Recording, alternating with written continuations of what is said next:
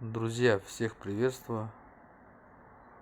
У нас на этой неделе были довольно-таки негативные новости по Александру Габышеву.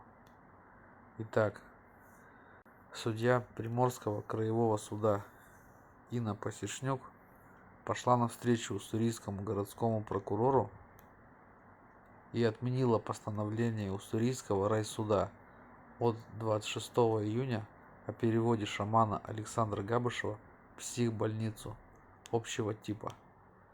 Дело направлено на новое рассмотрение в Уссурийский райсуд. Прокурор Уссурийска явился в заседание сам.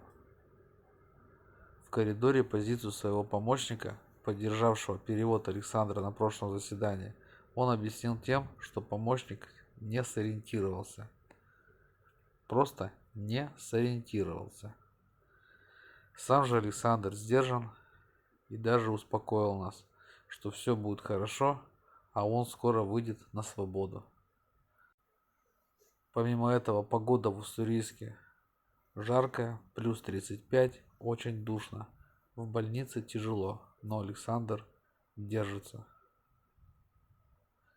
Итак, в ближайшей неделе нас ждет новое судебное заседание в Уссурийске. Напоминаю, что YouTube полностью снял монетизацию с нашего канала, и поэтому мы сейчас работаем исключительно с вашей поддержки. Реквизиты в описании. Всем спасибо.